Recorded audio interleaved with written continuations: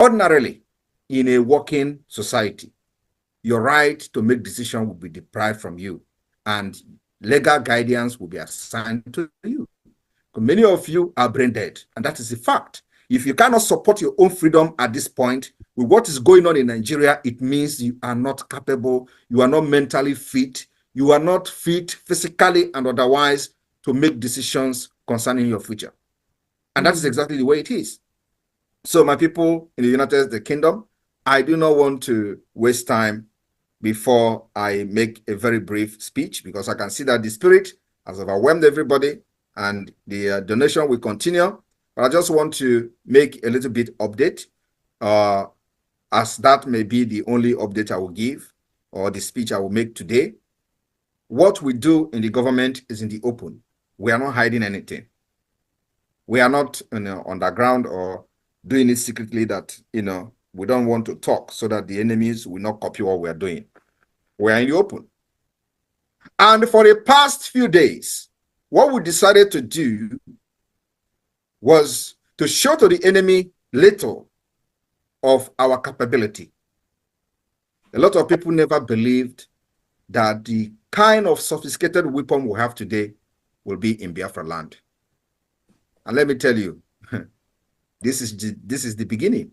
The reason why you see them crying for the very first time in the history of Nigeria at the National Assembly. The reason why you see them sharing flyers of Simon Ekpa. The reason you see those terrorists who have killed us unchallenged for many years crying today for the very first time is because of most of those things you see on social media. We just decided to show to those who are not aware of what is happening, because it is not being reported anywhere. You can never hear in the Nigerian news that 30 armored tanks were destroyed. You can't hear it. When we say it, a lot of people think it's a joke. You can't hear that helicopter and fighter jet is bombarding Biafra territory. You can't hear it in the news. When we announce it, a lot of people think, it is we are joking. So we decided that we will showcase some of the things that you have supported the government to be able to do in the defense, only defense. There are many things happening diplomatically. There are many things happening in many sectors of the government. There are many things going on internationally that we are yet to make public. We've engaged lobbyists, we've engaged international consultancy firms, we've engaged many things and many organizations that many people don't know about. It is part of this particular liberation phase. What we are trying to do is to make sure we put Biafra in the global stage of discussion. As soon as we continue the second stage of the self-referendum voting, a lot of things will be made public, and by then, things will begin to take shape. But the promise we are making to the Biafra people is that no terrorist will enter Biafra land and attack and go back to tell the story to those who send him. Nobody. Not those in uniform, not those in ragtag, not the non-state actors, not the state actors. We will engage them. It may not be immediately, but whoever that come to Biafra land to attack, believe me, his days is numbered. It is self-defense, the most aggressive one that the Biafra government have activated. Nigeria have killed us for ages. Mazi Nnamdi was broadcasting on Radio Biafra for many years, but because of criminals that surrounded him, they used the opportunity of Biafra, and when he called upon the people that want to fight for Biafra, many criminals embraced that call. After 8 years, he was crying for just 100 men. Nobody is talking about it anymore. There are millions of Biafrans following him, shouting, our leader, shouting Biafra, Biafra, and he was shouting 100 men. Today, you have seen the reason why he was shouting 100 men. Because almost all of them turned their back on Biafra. Almost all of them today are supporting Nigeria. Almost all of them today turn back to support those who killed them in Aba. The same people that were shouting, give us gun, we need bullet, we need gun, we need gun, today are shouting and supporting those who murdered them in Enugu. That was the reason Mazi Nnamdi Kanu was shouting for 100 men, because he couldn't see anybody. He saw that all of them are fake. When he make decision to stop election, these same people that call themselves DOS or IPOB today, which is IPOB Nigeria, there will be the same people go back to him to persuade him. After they have collected money from the governors, they will go back to him. You want to cancel election? You want to cancel election? You want to boycott election? You want them to tag us terrorists? If you boycott election, they will call you terrorists. I want to know, how can stopping election as a freedom fighting movement will make you become a terrorist? Is there any relationship between stopping election as a freedom fighting movement and terrorism? How does that amount to terrorism? When you just going to tell people to stay at home, how does that amount to terrorism? We did it. Did we take our word back? The answer is no. Did we stop the election? Yes, we did. Over 25 million people who registered for election, only 20-something, only 4 million people voted. 20-something million boycotted the election. Are we a terrorist? The answer is no. Are we the one who killed people in Lagos for election? Not us. It was the Nigeria state, the terrorist state of Nigeria, that committed act of terrorism during the election. And that is what we try to prevent our people from becoming a victim. And many who did not listen to us fall victim of this election, the past election. Those who were killed, did anybody remember them? The answer is no. Those who were butchered in Lagos, did anybody remember them? The answer is no. Did anybody compensate their family? No, the answer is no. Did anybody, those who lost their businesses in Lagos, that their businesses were burned to ashes, did anybody compensate them? The answer, till today, the answer is no. Now I ask you, who are the terrorists? But these people deceived Onyendu for many years. If not because of the glory of God or Mazi Nnamdi Kanu, Biafra would have lost trust in him. Because there is nothing in this world like when a man says something and doesn't stand on by it. There has been many times they declared boycott election. At the dying minute, they will call it, because he was under pressure by the same people who was fighting Biafra with him. He never knew then that these people were all fake until the last minute when he said, I need 100 men. I cannot see any men here. He asked, which people am I going to go to war with? People don't understand. Those genuine people today may not understand what was going on.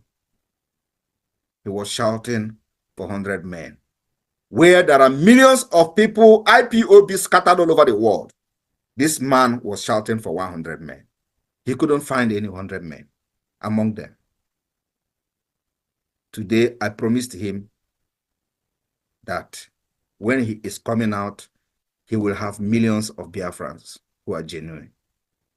And he is coming out with the Biafra flag. Believe me, Mazi Nnamdi Kanu will be released in a very historic manner. And what they want us to do is to stop Biafra struggle and begin to fight for the release of Mazi Nnamdi Kanu in place of the Biafra struggle. Because we understand this very well. We defeated that plan. Many of them today is being used. That's why you can see some people who call themselves Jewish or whatever. They will gather in their number. They will write script and give them. Say, oh, Mazi Nnamdi Kanu is not here. Just go and say, don't support a referendum because Mazi Nnamdi Kanu. So they want you to make, Mazi Nnamdi Kanu the fight that you have to be fighting. And today, we are killing the bird. We are killing many birds with one stone. Do you understand the point? as they hold him, we have proven to them that holding him will never stop Biafra. We also prove to them that holding him will become the most expensive thing. Mazi Nnamdi Kanu has become the most expensive commodity under the Nigeria state. The more they hold him, the more expensive it becomes. The more they detain him, the more we will make Nigeria feel the pain of the crime of international kidnapping. The more they hold Mazi Nnamdi Kanu in dungeon, the more Nigeria economy will go down. We will crash it, believe me. Because it is not just about Mazi Nnamdi Kanu. It is about thousands of Biafrans who are... All right, wonderful people, welcome back to this wonderful channel where we bring you back-to-back updates and information as it is hot. In case you have not joined our social media handle, what are you waiting for? Kindly go ahead and subscribe, like, comment, share, and also remember to on your notification button so that whenever our news drop, you will be the first. We'll collect them. Let's go down to the news proper as it is hot. You don't share it for the obodo or for the matter where we say it the drop for my table. I go to bring down to you one by one. Before I continue, I want to say shout out to all of us of freedom all over the world. And the man and the ma and the freedom now Mazi as they be. If I said your honors and the of the people don't know by saying some things, maybe say they don't say first of all. Remember that every 31st May of every year is a sit at home by the indigenous people of Biafra. That particular day is used to commemorate the late fallen heroes of Nnamdi Biafra of the 1967 to 1970 Civil War, which after the conclusion of the war, the then president or head of state, Galore, declared no victor, no vanquish. But as the matter be now, the Biafran people don't talk say that May 31st they go to use as a day to say, okay, now today we dey remember say our heroes fall, and also a day we go remember say now Lord Lugard carry the Eastern Protectorate, the West and the North, conjoin them together, and now waiting they call amalgamation for that time. But as they can't talk that one, the Southeast governors can't carry mouth put say, say where the day say now over their dead body, say this sit at home where we say the IPOB them boys don't put for this May, say it go stand.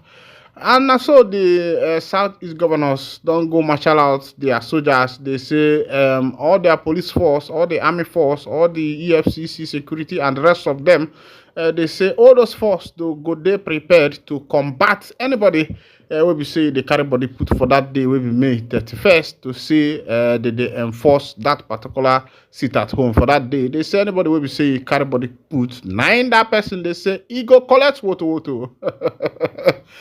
As the Biafra Liberation Army come hear that one, they say in the media, say who be those Southeast governors we say they carry matter put for the. They say now then get the land. Now la no we self ma the only we what I go now. You know, when the white man came to the eastern part, southeast, Alandi Igbo, they were surprised to find out that democracy had already taken place in Ali Igbo before they came. Because then, before you be able to file out a matter, you first of all go to your kinsman. If your kinsman could not handle that matter, you can be taken to the age grade. If all these people could not handle that particular issue, that is when the issue is now taken to the Ndinze. And if Ndinze could not handle it, it now moves to the Ndinze also.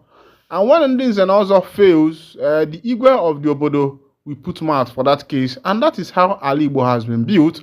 And that is the foundation, the structure that a white man met. And he was not able to combat that particular culture and lifestyle that has been inbuilt in Nnamdi Igbo, and he decided that the best way to conquer these people is by dividing and ruling, and he divided, and actually he is ruling.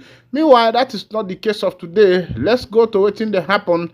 Nnamdi Igbo said no plan to apologize over the 1966 military coup. Now, Nnamdi Igbo, they talk that one. President General of Nnamdi Igbo worldwide Chief Emmanuel Iwanyang has said the Pan-Igbo group has no intention to apologize for the 1966 coup as it was a strictly military affair. Iwanyang made the assertion at the weekend in Owerri, the Imo State capital, while addressing newsmen. The leader of Igbo Apex group denied claims made by the indigenous people of Biafra IPOB that Nnamdi was planning to trip to Sokoto State to apologize to the North over the 1966 military coup. We can't go to beg anybody. Igbos were killed in that coup. As for Nnamdi is concerned, Igbos did not have any affair with the 1966 coup. It was purely a military affair. It's not true. It's fake news. The man that even carried the fake news has apologized. What happened was that we had a retreat at Enugu. Nobody talked about it. The only thing we did was to appoint a peace and reconciliatory committee because we want peace for our people in Lagos and everywhere. First of all, Igbos didn't carry out any coup. People who were killed were not killed by Ndibo. They were killed by soldiers. Igbos didn't kill anybody. The coup was carried out by soldiers. It was purely a military affair. Nothing to do with the Igbo. We have no reason to apologize to anybody unless Ndibo objects. The Igbos may have been involved, but they were wearing military uniforms. Igbos didn't kill anybody. We are not begging anybody. I have never accepted responsibility for that coup. Nobody told Nzogu to do coup, just like nobody told the others that did coup in Nigeria, Iwanyang said.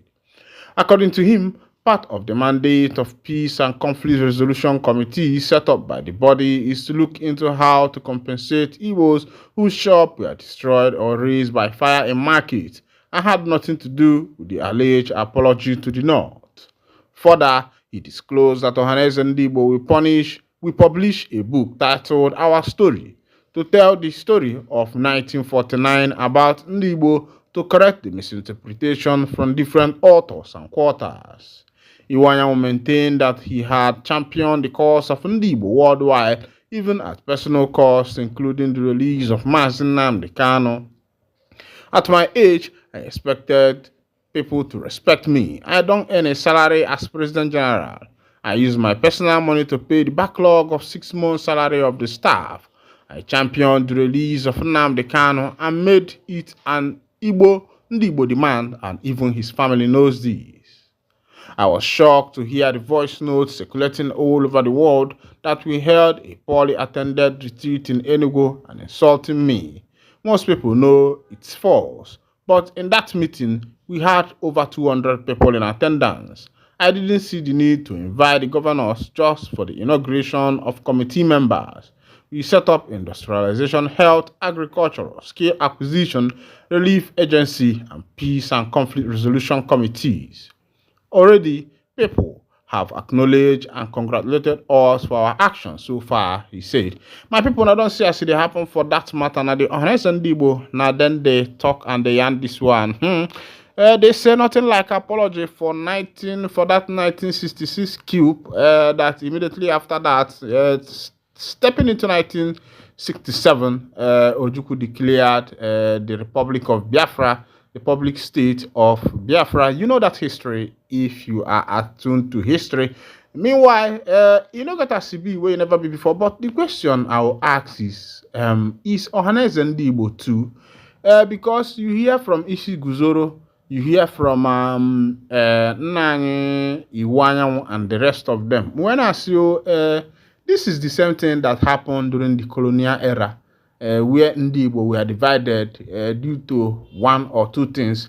But meanwhile, I will say that Osita de Bamano de Balbo, as see the be, U.S. military veterans don't write Justice Bintayako, say make he step down for that particular case. Now the military veterans of Igbo descent, now then they write this one.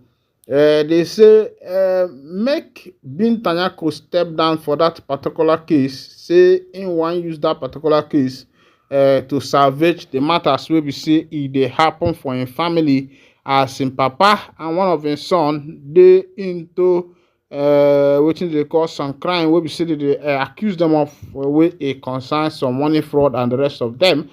And the waiting these veterans they allege be say, e be like say Bintayako no know wetin they do.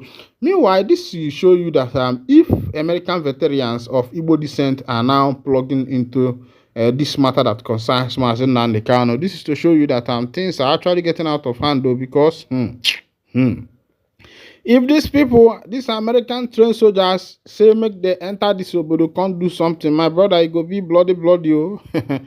As e go be, I no sure say anybody go remain, because some of the things wey we dey watch for American movie wey one soldier dey kpai like 100 soldier. If that thing na true for real, na im be say if one these veterans enter this obodo, na im be say everywhere don scatter o. Meanwhile, make I dey shut down the curtain here. And if this is your first time of joining us on this wonderful channel, kindly go ahead and subscribe, like, comment, share, and also remember to on your notification button. Remember, say for Enugu right now, they say police don't arrest 195 suspects. They have also rescued 19 abducted victims in Enugu State. Recently, there has been a lot of katakata in Enugu, in Nimbo, in Enugu State, to be precise, where herdsmen are burying Pampadia. Somehow, some people are saying that his herdsman wants to use indirect way to, annihilate the people, the original origin, indigens of that particular Nimbo, in order for them to dominate. When I do, ma anachupo onye nwane kpalu na anya n'obodo a. Somebody answered me and said, Nyokopus. I say yes. He said, make I tell you something. He said, I say, okay, tell me. He said, have you forgotten that everything is possible in Nigeria? I say, my brother, how can you say that? He referred me to something that happened in Imo State, where a governorship candidate where they for fought somehow rose to power. By removing other people, remove the first, remove the second and the third, and now became the governor of that state. I say, which state be that? He said, make I use my tongue, count my teeth. I say, okay, I understand what you they talk. Makana okuni no bria kene ja gbawal makana ndi ba isi na ngwugwu a na-atọpe n'ọdụrọ m imu mbọ. Say Fulanis go from their Fulani oligarchy land come to Nimbo in Enugu State and occupy that particular place. Another person call me Nyokopu say, make I take eye look for this thing. Say, he sure say government eye no dey for that particular matter. I say, how government eye go dey for that? They say that place na agricultural area. You be like say na government.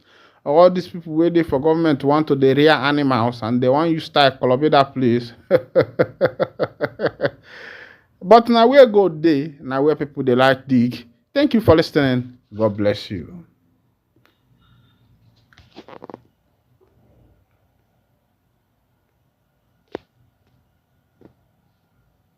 The Liaison representatives from Europe, Asia, Africa, I welcome every one of you to this town hall meeting to brief Biafras in the United States, our every 2 weeks achievement and update. Because of the phase we are into in the liberation of Biafra, it is very imperative that those of you in the United States working day and night to see the progress of this government be briefed. So you know that the movement you are part of, the progress we are making, and the plan we have for the next 2 weeks. The last time I had this town hall meeting with you, I made it very clear that as a result of the propaganda from the Nigeria state and the difficulties we are facing, especially in disseminating information and, of course, creating awareness to our people back home, that I promise that the Biafra satellite TV, before coming back today, will be live in Biafra land. I also promise that before this today, we are going to have the Voice of Biafra satellite radio. And today I have come to inform all of you in the United States that the Biafra, Voice of Biafra satellite TV is live in Biafra land. Good luck. Not only that, I've also come to inform all of you that the Voice of Biafra satellite radio, 97.5 FM, is also live in Biafra land. Before this today. So, please mute. yeah, so our next agenda is to see that these satellite radio transmitters are scattered across Biafra land. And, I promise that it is going to be, we're going to focus more on the coastal state at this point. But because we have, previously used some transmitters in the hinterland. And so I wanted the IT technical department to focus on, bringing those transmitters back to life. And then the new transmitters will now channel to the coastal state before we, from there, push to the hinterland. So today, the Voice of Biafra satellite radio is live in Ebonyi State, and gradually the other broadcasting transmitters will be refurbished, and they will be live in a few days' time. Then we will start installation of new transmitters in other states until we cover the 40 state of Biafra. And this idea of 40 state of Biafra, all of you remember that last 2 years, we started this radio project, and then we were not on satellite. So there was a big difference between then and now. And the reason why we put the radio, Voice of Biafra radio on hold after the launching 2 years ago was because we believed that we needed to do more of action work, and then the radio and the TV will come in later days, and that later days is now.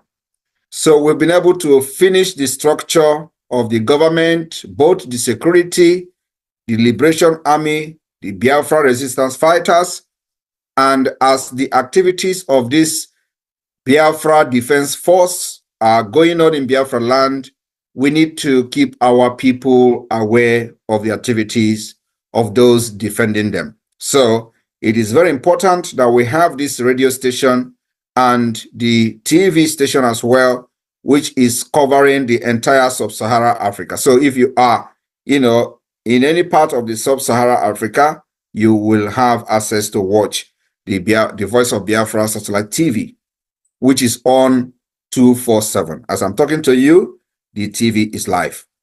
So this is one of the updates I'm bringing to the United States, to Biafrans in the United States this evening, and we still have a lot of work to do.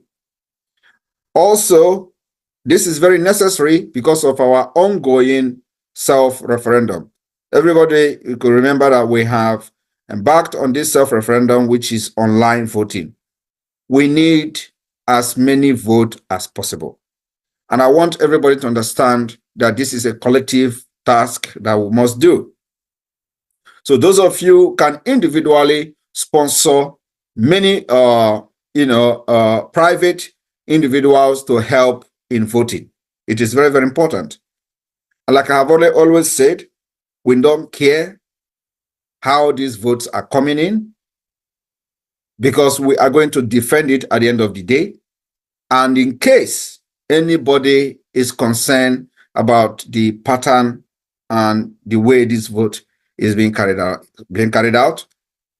Then we'll be talking about how to conduct, a more however they want it, referendum. But for now, it is in our power to decide as a government how this referendum is being conducted. It is in our power to decide, and whoever that is not happy with the way we are conducting the referendum will also do us good to bring in the United Nations, and they will conduct it by themselves to their own satisfaction.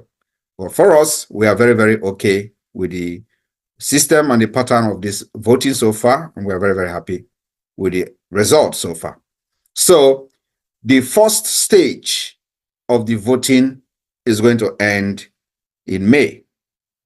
When the first stage of the voting ends, we will now look at our progress, where we feel we need to do some amendment, and we are going to go to the second stage of voting.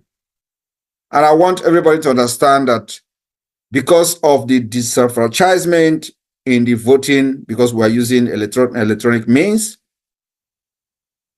the outcome or the turnout of the voting may not be what we expect.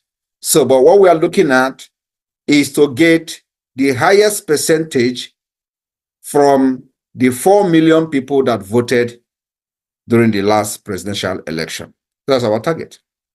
We are not targeting to get 20 million or 70 million or 80 million, because it is not going to be possible because of the disenfranchisement in this voting, the government threat, the fear factor, the conspiracy theory that the criminals and the enemies of our freedom are putting out there, which we believe that the coming of the satellite radio will go a very long way in putting culpability where culpability is, especially in those rural areas where they have used lies and propaganda to deceive certain individuals. So we need those individuals to also cast their vote.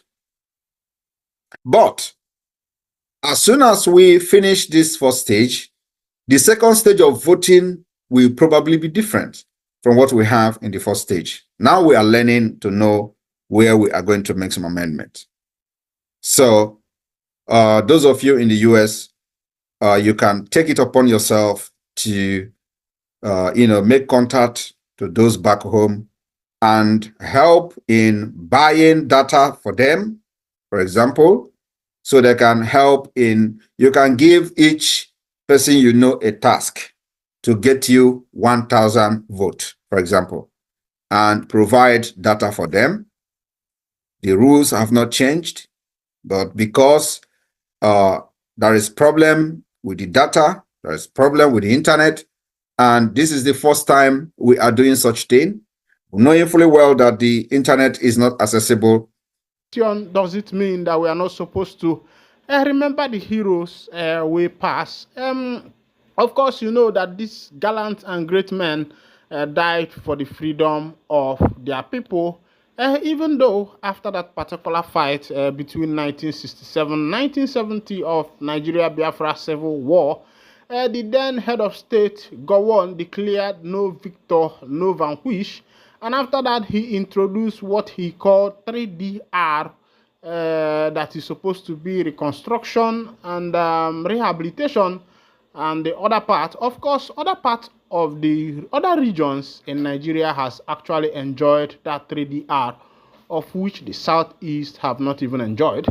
Now, look at the building of the railways and other highways that are being built, the coastal ways and the rest of them. You find out that the Southeast have not actually benefited on all this rehabilitation, reconstruction, and the rest of that. And be that as it may, my question is, Yauruna person brother die, maybe in war or something like that, is it now an anathema or a taboo for someone to commemorate his late brother, his late parent, or his late sisters or siblings who passed away in war? And I think that the May 31st, which was declared by the IPOB as it has been known for some years now, I don't think it's a big bad thing, because that's how it's supposed to be. And that's how it is in other places. Meanwhile, make I carry you go for the full detail of the information as Southeast governors and the police yesterday urged residents to disregard the sit-at-home call by the indigenous people of Biafra. The group had declared 30th May a sit-at-home day to honor those who fought in the Civil War. Enugu state government reiterated Governor Peter Mbah's strong commitment to permanently ending the illegal sit-at-home exercise. A senior member of the Mbah administration noted that the state was winning the war against illegal sit-at-home and insecurity. He said the government would not take kindly to anyone attempting to disrupt the peace in the state. He urged the people not to listen to any order to leave their businesses and sit at home. Spokesman of Ohaneze Ndibo Worldwide, Alex Obonia, said the organization will soon hold its National Executive Council meeting in Enugu, where a decision would be taken. The police in Anambra State urged residents to go about their normal businesses that day. Spokesman Ikenga Tochukwu did not respond to calls nor reply to a message sent to him, but the senior officer said the days of sit-at-home were long gone. IPOB remains banned and has no authority to impose such order on the citizenry. People should go about their normal businesses without any fear of any form. Our men will be on ground on the said day, the source said. Chris Aburime, press secretary to Governor Chukwuma Soludo, did not pick up his calls. Still, another senior official said the masses are battling with the hardship and one faceless group wants to impose another one on the people. Enough is enough. Police spokesperson in Ebonyi, Joshua Okando, warned IPOB to stay clear of the state. He urged residents to ignore the order and go about their activities. According to him, police and other security agencies will provide adequate security to ensure no one is intimidated that day. The Abia State Police Command and state officials said the directive was illegal and should be ignored. Police spokesman Maureen Chinaka and Governor Alex Oti spokesperson Okezie Oko did not respond to messages sent to them. Still, a senior government official warned that the state would take decisive action against enforcers. A senior officer said the police would not allow outlaws to disrupt the peace in Abia. And my people now don't see as it happen for that particular matter. This one, all this katakata was also be say the men of the indigenous people of Biafra don't declare it at home. And as they declare it at home, now the other senior citizens say that one no go happen for the Biafra land. All the governors will be say the day for Southeast say they don't carry hand put together to make sure say that particular matter of IPOB did not come to pass. Meanwhile, I will say that no onye kpọ ogio kpọkọrọ ndị mmadụ nọ nwefa ewele ya bulie egwu ịghọtago because as it be the Southeast governors are supposed to uphold their own. The sit-at-home order is not to disrupt people's activities or to force people maybe to do what they don't want to do. But as I am seeing it, it is just to commemorate the 1967 to 1970 Civil War. And I'm trying to understand why the Southeast governors are so much interested in this particular sit-at-home that is going to take place in the southeastern part of Nigeria. I'm still here to understand the part they want to play in that particular matter. But before we continue, make I bring you waiting veterans they talk concerning Mazi and the Kanu'S case. They say U.S. military veterans right to justice Bintanyako, worried about the continued detention and deteriorating health condition of the leader of the indigenous people of Biafra, IPOB, Mazi Nnamdi. The American military veterans of Igbo descent have written to Justice Bintanyako of the Federal High Court sitting in Abuja pleading for his release. The letter, which was signed by Chief Dr. Sylvester Onya and Dr. Gossin Obiago, avid President and Secretary respectively, urged the presiding judge to obey the Supreme Court judgment on Kanu, who they describe as prisoner of conscience. The U.S. military veterans expressed worry over the judge's refusal to grant Kanu'S bail application and plea to be transferred to the correctional center instead of solitary confinement at Abuja headquarters of Department of State Service (DSS), where he has been held since June 2021, following his extraordinary rendition from Kenya. The letter made available to Vanguard read in part the judge's refusal to comply with Supreme Court judgment and the lack of willingness to interpret the Constitution fairly.